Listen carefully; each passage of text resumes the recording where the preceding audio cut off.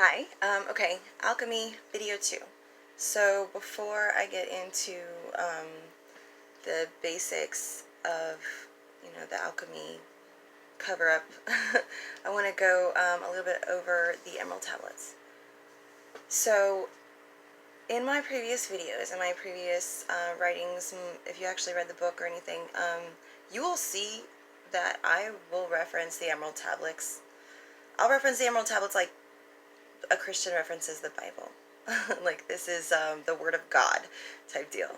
And, not that I feel as though, some type of human deity wrote the Emerald Tablets, but kind of technically the Egyptians did. So, but my thing about the Emerald Tablets is that it's written in such a way that every time you read it, you learn more from those same words. The more you read it at a higher level of consciousness, the more you get from it. So it is the origin of alchemy, or I guess the simulacra we have today, the oldest version of alchemy teaching that we have. And it was literally, the Egyptian god Tehuti, or Thoth is who we call him, Hermes Trismegistus to the Greeks. He, was about to be in between incarnations, and before he left and did all that, he wrote down these truths of the alchemical process. Shit he didn't want the Egyptians to forget. Like, he worked so hard to raise the consciousness of the Egyptians from caveman to intellectual superior of their neighbors. And, he didn't want them to forget it, because he just was afraid that as soon as he left, they were all going to go crazy and just, forget shit. So he was like, I'm sure he didn't, etch it himself. I'm sure he scribed it out. But, it's, essentially like the Ten Commandments, like they carried it with them. They had like a sacred place to keep them. And it was, these tablets were not granite or, any type of earthly matter. It was an alchemical process to create these tablets, and they're imperishable. They're invincible. There's no fucking these up. Like he was like, look, there's no way you can fuck this up. Just don't. Okay, just try to not. Don't lose it, and don't give it to white people, because white people will fuck it up. No offense, but back in those days. So the Emerald Tablets were our record for the longest time, and it predates Egyptian religion, because this is what they based their religion off of, and everything is allegorized at this point, but so is everything. So anyway, the Emerald Tablets are Tol's story. He talked about how he was born before the Great Flood, and lived on the island of Atlantis, which was one of 10 major civilizations in those days. And he learned from the oldest of creatures. I don't even want to say humans. That would not be accurate.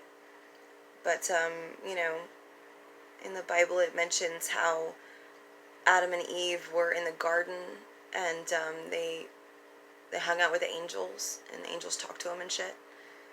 Same scenario. Thoth was in Atlantis, which, garden, whatever. And among them lived the angels, or the Elohim, sons of God, sons of light, those who came down, whatever you want to call them, aliens, whatever you want to call them. I don't care. These higher dimensional beings that knew shit. Okay? Higher dimensional beings that knew shit. They taught him shit, and then he taught us shit. And that's how that works. So, anyway, what he taught us, we have completely corrupted now and turned into pharmaceuticals, which is kind of what he warned us against, but whatever. It's what humans do. But in between the creation, or the first educational system about alchemy, and now, a lot has been preserved, and it's because of the esoteric doctrine of hiding knowledge and symbolism. So what follows is the symbolism, and then it broken down into its meanings. Okay, so when I talk about metals and when I talk about transmutation processes, these are alchemical processes you can totally do in chemistry with, tools and beakers, and it's exciting stuff. You can absolutely transform things into other things or create new things, or you can play with it, and absolutely it will give you the same effect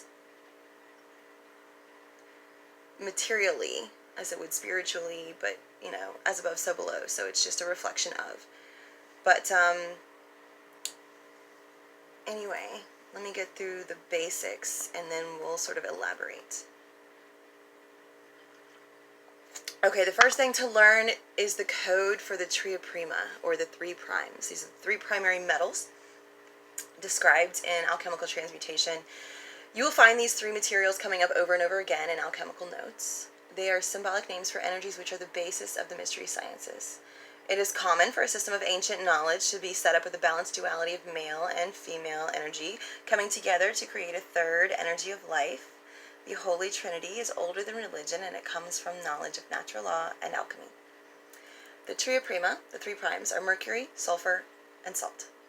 Mercury being the feminine principle, the negative potential energy, the fluid connection between the above and the below, understanding in man, and the water aspect, or the soul aspect. Mercury as a noble metal, which is not technically considered noble, is the feminine aspect. It's the moon. It's the Bina of the Trinity. Sulfur being the fire, volcanic ash situation, the masculine principle, obviously positive active energy, the omnipresent spirit of life. So Mercury is the understanding in man, and then sulfur is the spirit in man, the will, fire, and representing the absolute realm. And then salt, which is the base matter. It's physicality, Malkuth, kingdom, the earth principle, earthly element, Asaya realm, basic, just very, basic, but, necessary. Paracelsus was probably not the first to leak that the Tria Prima was the inspiration for the law of the triangle, in which 2 components come together to create a third. He, of course, knew that any amount of mercury combined with any amount of sulfur would never give you salt, but look at it esoterically, any balance of a duality will ultimately result in creation. And for an alchemist, balance of understanding and will gives you life. This is the balance of Shakma and Bina from the tree of life, and the balance of water and fire and soul and spirit giving us air, or consciousness, which has a chemical reaction creating the need for boundaries, which is earth. So you don't need all 4 in this circumstance. You really just need 3, because 3 creates the 4th. The second thing to uncover in alchemy is the 7 primaries, the 7 primary metals. These are the most commonly seen alchemical symbols in mystery sciences. Everything in this universe is 7-fold at its core, dual in nature, and 3 when in balance. You will see these numbers reoccurring often. Each has a ruling planet. Each of the primary metals has a ruling planet, an energetic influence, and a corresponding body part or body system. So there's, the 7-fold law again. And it all balances out, the 7s. In alchemy, the 7s of the chakras, the 7s of natural law, the 7s of the planets that they all worshipped. It all matches up, okay? There is 1 for each, and you'll see as we go. Okay, so at the top, which is technically 7, because you start at the bottom and work your way up, is gold. Gold is the dominion of the sun. It is the fire. It is the spirit, the yod, the absolute realm, masculine, positive energy.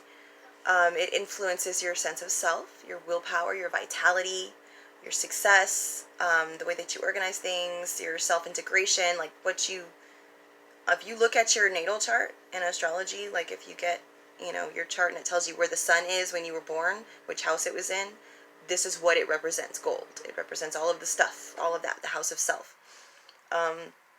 So it all goes together, just saying. It corresponds to the heart in the human body, the spinal column, body heat distribution, vision, the Sahasrara chakra, which is your crown chakra, Keter on the tree of life, and coagulation, which we'll go over probably in the next video. Silver is the second, and it's the other noble, so then gold and silver are the true nobles. And silver is obviously the opposite, so it would be the water element, it would be the dominion of the moon, okay? So that's why the symbol for silver is a crescent moon. It influences water, obviously, as the moon does. Growth, fertility, the subconscious, the collective conscious, rhythm and cycles, instinct, conception, emotions, cultural heritage, and psychic powers. The moon is the subconscious, so everything that is the opposite of the conscious, which is silver. Silver represents the moon and the water element and Bina and the realm of Bria and emotion and feminine potential energy and all of the things that we've already gone over that were feminine energy based. That's what silver represents in the alchemical transmutation process. It corresponds to the brain, the stomach, the female organs, bodily fluids, the Ajna chakra, the third eye chakra, Shakma and Bina on the tree of life, distillation and transmutation. So distillation is another alchemical process we'll go over. Copper is the third primary metal. It is in the dominion of Venus. So the symbol for copper is the sign for Venus, is the the female symbol, the circle with the cross under it. Copper is a transductor, so conductor. I'm sorry, and it has a lot to do with air. The air element, the in between, the ether type deal, like the medium and yet the neutral element. It influences herbalism, harmony, proportion, integration, perfumes and odors, meditation, theater, magic, arts, and love. It corresponds to the skin, the kidneys, perspiration, smell, sexual organs, transformation, and enrichment of substances in the body. It corresponds to the Vishuddha chakra, the throat chakra, Chesed and Gevura on the tree of life, and fermentation and transmutation. Fermentation is another alchemical process. It is air element, so it's a masculine energy, representing consciousness. It's a vowel number, vowel element. And, copper is the motivational action, I guess you would say.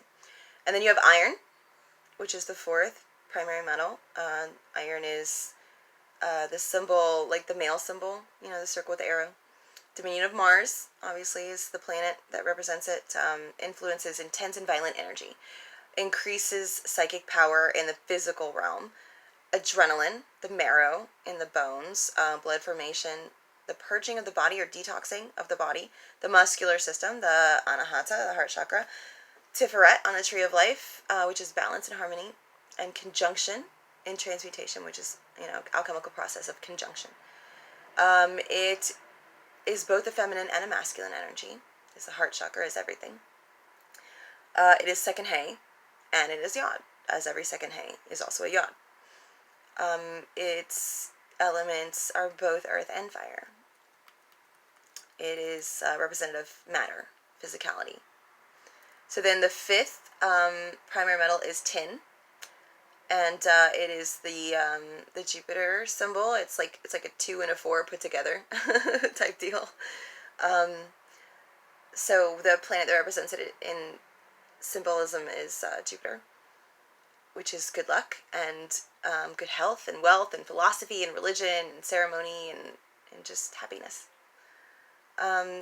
It corresponds to the liver, the arteries of the stomach and abdomen, digestion, assimilation of healthy oxygen, the Manipura chakra, which is your free will chakra right here, Netzach and Hod on the tree of life, and separation as an alchemical transmutation.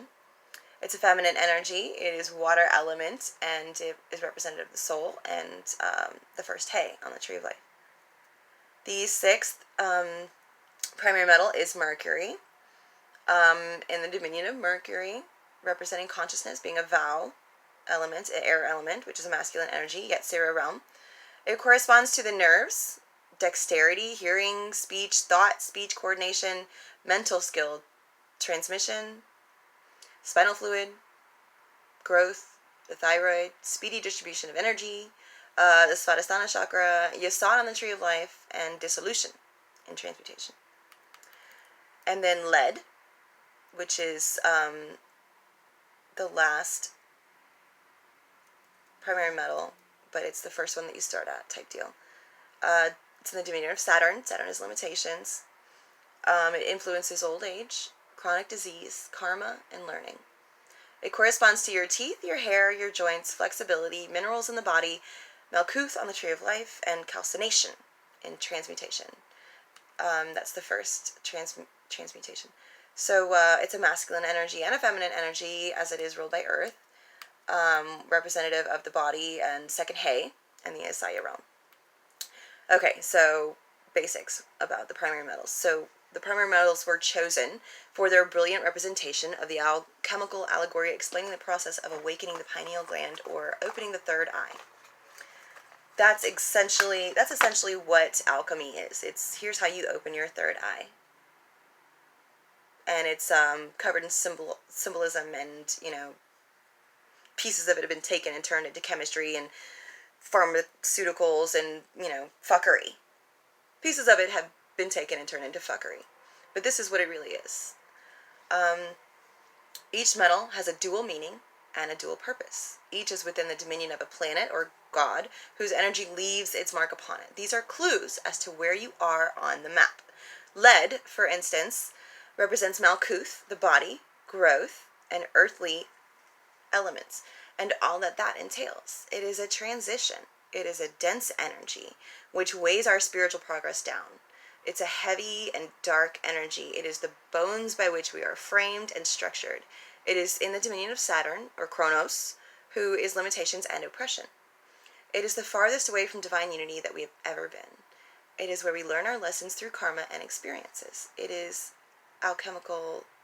Its alchemical symbol is a cross with no divine unity circle around it, being lifted up via the curve of consciousness.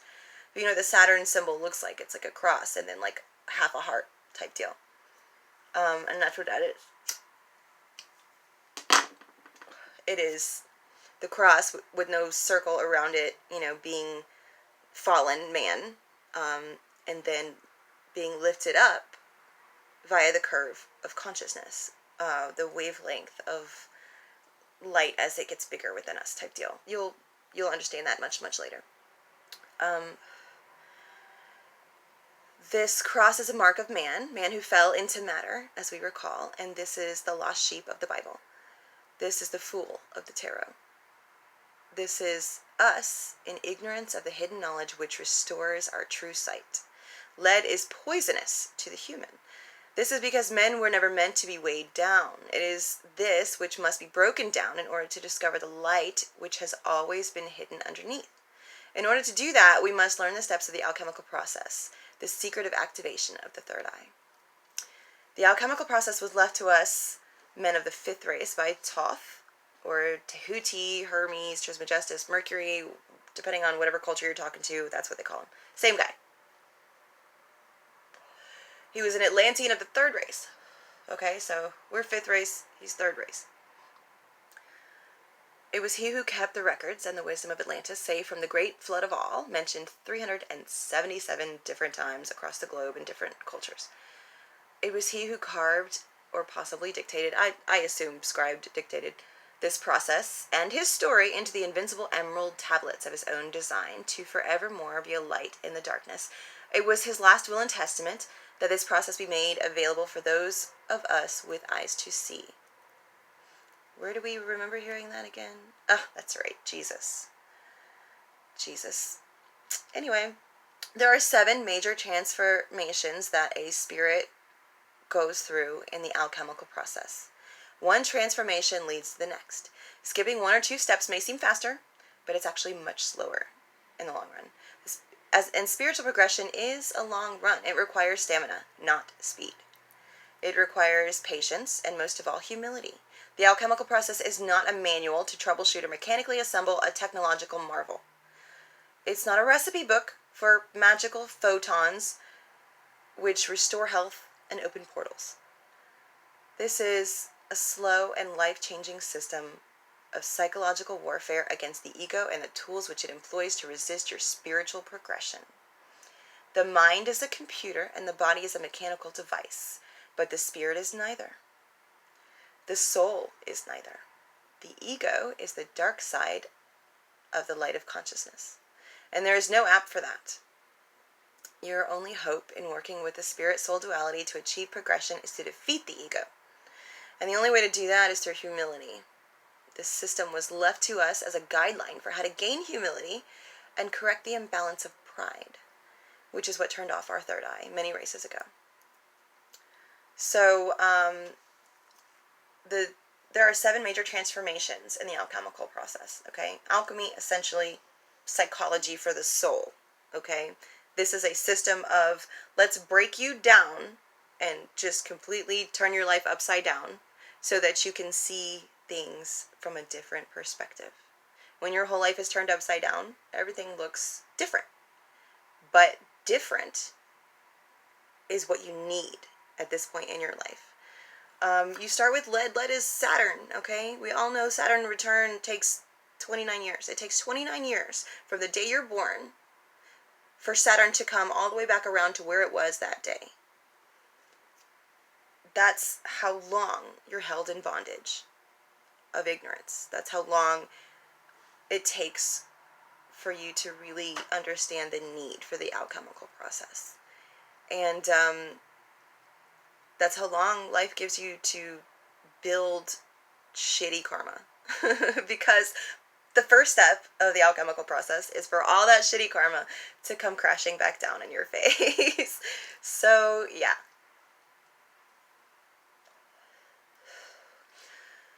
The 7 major transformations in the alchemical process are as follows.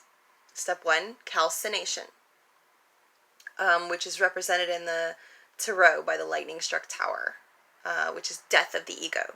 Okay, that's the first step, death of the ego. It's shit. It's fuckery is what it is. It sucks a lot. It's that divorce that ruins you, and it's that imprisonment. It's that just whatever happens in your life that changes you completely, that makes or breaks you. That's calcination, and that's it's shitty, but necessary. The second step is dissolution, which is the great flood or the emotional outpouring. So calcination was when everything burns down, and then dissolution is when you start crying hysterically because you realize what all just happened. And then the third step is separation, which is Judgment Day, the Judgment card on the Tarot. It is decisive introspection. It's when you take your humility step and your emotional step and clear that out of the way, and then you just realize, okay, I have to get back up, and I have to separate what doesn't work for me anymore from what I feel like will work for me now. It's rough, but necessary. You got to get rid of the old. You know, you got to empty your cup before you can fill it, type deal. And then step 4 is conjunction, which is the lesser stone. And it's, you know, when you start to rebuild and you just put shit back together. But you leave out the shit you don't need, the shit that was not beneficial to you, that you separated in the step before, and you leave that out. And then you just pick up the pieces of your broken life and put it back together the best you can and move on, you know? It's effort. It's a conscious decision, is what it is. It's a conscious decision to keep going, to improve, to do better. Step 5 is fermentation, which is the Hermit on the Tarot. It is the becoming as opposed to being step. Fermentation is growth, slow growth. So it's like once you've put your life back together, it takes, you know, years to really grow into who you're supposed to be and follow the path and just keep learning and keep learning. And then after fermentation is distillation, which is essentially consilience, which is like unification of knowledge. So all of the growth that, you know, you've accrued in fermentation and all the new things that you brought into your life, in distillation, you refine it. You know, you really understand it. You're not just collecting information now, you're really understanding it, which is cool. I can't wait to get to that. I think I'm still in fermentation. And then the last and final step is the Philosopher's Stone, which is coagulation. Coagulation is the Deat part of the Tree of Life. So when we went over the Tree of Life, I didn't go over Deat because it's not beginner stuff, and you don't really get it until after the alchemical transmutation has taken place. But, you know, you can investigate the Philosopher's Stone, the Chrysopia of Cleopatra, the what is it, the greater purpose, the great work, completion of the great work is called Chrysopia. And there are 4 very famous women of ancient times who were said to have been able to produce the Philosopher's Stone, which is the completion of this process. And Jesus and Buddha.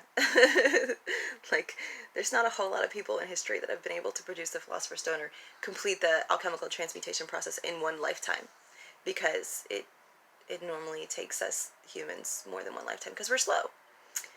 But we're getting faster, and you know, the critical mass is coming, so we're about to hit collective consciousness level to where we can really get this. But yeah, coagulation is just unification of power. It's when you open your third eye, your Sahasrara chakra starts to become